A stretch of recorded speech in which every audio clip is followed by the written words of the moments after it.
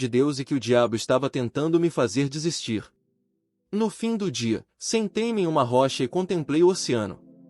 Percebi que a água estava muito agitada, mas nenhuma das ondas me atingia porque eu estava na rocha mais alta. Naquele momento, Deus me ensinou uma poderosa lição. O Senhor estava me dizendo que, em meio às ondas, sempre seria minha rocha e que nada poderia me fazer dano se eu me apegasse a Ele. Sempre haveria problemas para enfrentar, mas Deus usaria os problemas para me fortalecer.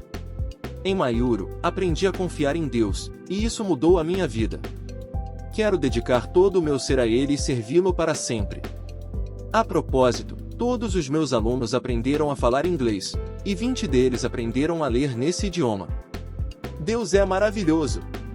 Ele pode guiar a sua vida também. Bom, essa foi mais uma meditação de pôr do sol.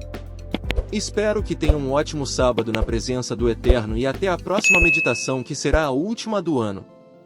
Olá meus amigos, tudo bem com vocês? Hoje daremos início a um projeto de meditação de pôr do sol. Daqui até o final do ano, em todas as sextas-feiras, lançaremos um vídeo com a meditação do dia. Acompanhe a nossa história de hoje. E o título de hoje é Mais do que Medicina. E não nos cansemos de fazer o bem, porque no tempo certo faremos a colheita, se não desanimarmos. Gálatas 6:9. Sempre que ouvimos a expressão médico missionário, temos a tendência de pensar em um médico que viaja até aldeias remotas, arriscando a vida para prestar atendimento a grupos de pessoas não alcançadas. Porém, não são apenas os lugares distantes e ermos que precisam de missionários. As cidades também são um campo fértil e carente.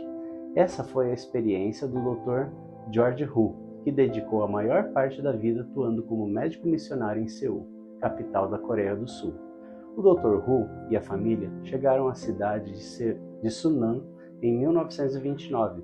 Logo depois, mudaram-se para Seul, onde abriram uma clínica, o Sanatório de Seul. Começou como instituição de 8 leitos. Os fundos arrecadados com as ofertas do 13º sábado de 1935 abriram caminho para a construção de um hospital de 138 leitos, pouco tempo depois. Esses esforços incansáveis chamaram a atenção do então presidente Ri, que recrutou o Dr. Hu como seu médico pessoal.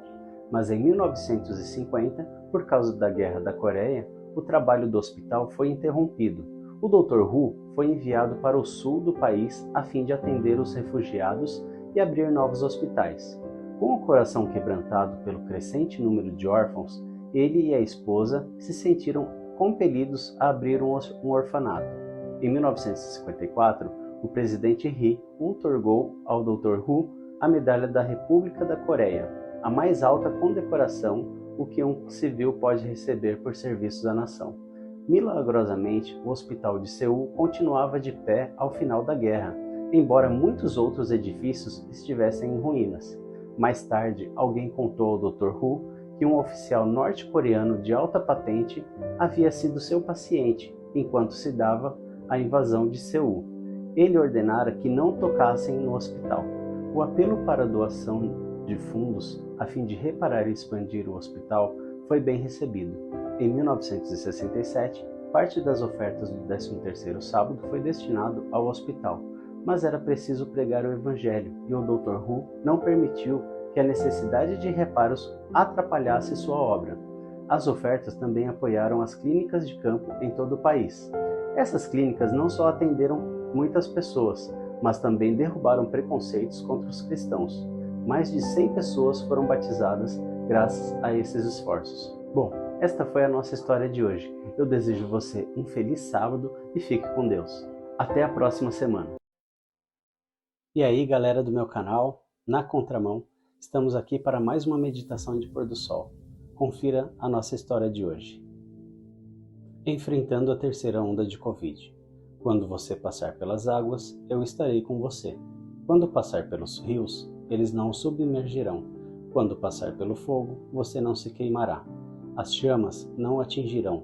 Isaías 43:2. Como? Mais 15 estudantes testaram positivo para a Covid-19?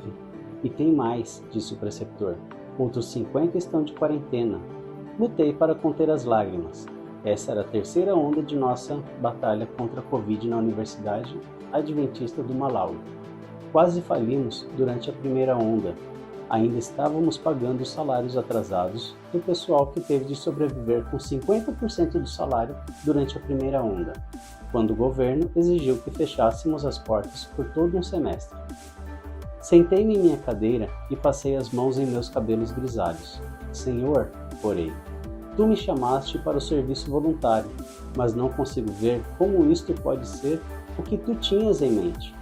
Em meus 35 anos de experiência em educação, nunca tinha sonhado que minha aposentadoria seria 2 vezes mais desafiadora do que toda a minha carreira. Nunca havia me sentido mais desprovida de conhecimento do que naquele momento. Senhor, supliquei, por favor, afasta os desafios que o diabo colocou em nosso caminho. Então ouvi uma voz suave me dizendo, filha, eu amo esta universidade mais do que você nunca a amará. Entre na água. Eu vou cuidar de tudo. Inundada de certeza, reuni o que seguiríamos com o poder de Deus. Incrementamos nossos módulos de capacitação virtual e colocamos mais matérias curriculares à disposição de nossos estudantes em quarentena. Agora estávamos mais bem preparados do que antes. Além disso, os estudantes que testaram positivo para o Covid apresentaram apenas sintomas leves. No Campus 2, ninguém testou positivo, e nosso funcionário que ficara mais grave havia recebido alta. Eu me preparava para presidir a Conferência Nacional do Malawi sobre Educação Superior. Sentada em minha cadeira, contemplando o lago Malawi, pensei, agora sim, esta é a aposentadoria com quem sonhei. Naquele momento, meu telefone tocou, chamando-me de volta para os deveres. Antes de sair, voltei o olhar para minha cadeira. Pensei em todos os meus colegas praianos que desfrutam de uma verdadeira aposentadoria e sorri. O Senhor teve um enorme senso de humor ao me chamar para esta aposentadoria, em que posso servir, mas também desfrutar de alguns minutos na praia. Bom, essa foi a nossa história de hoje. Se você está gostando dessa meditação, se está te fazendo bem, se você está acompanhando, deixe aqui nos comentários. Se você quer abençoar pessoas também com histórias inspiradoras, compartilhe o nosso conteúdo, deixe o seu like, faça comentários e estaremos aqui na próxima semana. Um abraço e um feliz sábado. Adotado por órfãos. Não deixarei que fiquem órfãos, voltarei para junto de vocês. João 14:18. Meia-noite. O voo 758 da Lufthansa acabara de aterrissar em Chennai, Índia. Desembarquei do avião com a sensação de estar completamente só. Pela primeira vez em minha vida, me senti órfão. Tudo o que eu conhecia estava a um mundo de distância. De pé, nas intermináveis filas da imigração, onde as únicas pessoas parecidas comigo iriam para hotéis de 5 estrelas ou para reuniões de negócios, eu me perguntava se tinha feito uma má escolha. O pensamento de que eu não pertencia àquele lugar passava muitas vezes por minha cabeça. Com o passaporte já carimbado, desci pela escada rolante e fui esperar por minhas malas. Saí do aeroporto com ar-condicionado e logo senti o calor sufocante. Tudo bem, mais tarde, naquele mesmo dia, tomei um trem noturno para ir até o que seria o meu lar pelos 8 meses seguintes. Um orfanato, sem dúvida o lugar mais apropriado para minha vida sem família. Muita gente comenta que eu mudei muito naquele ano. Contudo, enquanto eu ainda estava no caminho missionário, perguntei a Deus por que eu não me sentia extraordinariamente diferente. Sonhava com uma mudança radical de vida, mas a resposta de Deus foi: você veio até aqui para mudar sua vida ou para mudar a vida dos outros? Imediatamente reconheci que eu estava vendo toda aquela experiência a partir de uma perspectiva centralizada em mim mesmo. Decidido a acabar com meu egoísmo, joguei no lixo minha lista de metas pessoais e comecei a me concentrar nas crianças. O que aconteceu depois foi uma experiência missionária muito mais satisfatória, pois já não se tratava de mim. Comecei minha viagem como um órfão temporário que procurava ajudar os locais. Após algum tempo, a palavra órfão sequer passava por minha cabeça. Nenhuma daquelas crianças era órfã. Eu as adotei, elas me adotaram. E Deus nos adotou. O Serviço Voluntário Adventista facilita o serviço missionário dos membros da igreja ao redor do mundo. Voluntários com mais de 18 anos podem servir como pastores, professores, profissionais da área médica, etc. Você pode encontrar seu chamado em sva.adventistas.org. E lembre-se, suas ofertas ajudam a sustentar o ministério de mais de 400 famílias missionárias em todo o mundo. Obrigado por seu apoio. Bom, esta foi a nossa história de hoje e tenha um feliz sábado. Olá, e o título da nossa história de hoje é Amigos dos Refugiados. Pois nunca deixará de haver pobres na terra. Por isso, eu ordeno a vocês que livremente abram a mão para o seu compatriota, para o necessitado, para o pobre que vive na terra de vocês. Deuteronômio 15:11. Niang, de 17 anos, é uma refugiada. Quando ainda era pequena, ela e sua família fugiram da perseguição religiosa de Myanmar. A viagem até a fronteira foi perigosa, pois o governo não queria que ninguém saísse do país. Ao chegarem à Tailândia, de barco, os soldados o detiveram. Apontando as armas, ordenaram à mãe e aos demais adultos que descessem do barco, mas por alguma razão permitiram que Niang e seus irmãos escapassem. Myanmar é um país da Ásia que faz fronteira com a Tailândia, China, Laos, Bangladesh e Índia. Tem uma população de aproximadamente 53 milhões de pessoas.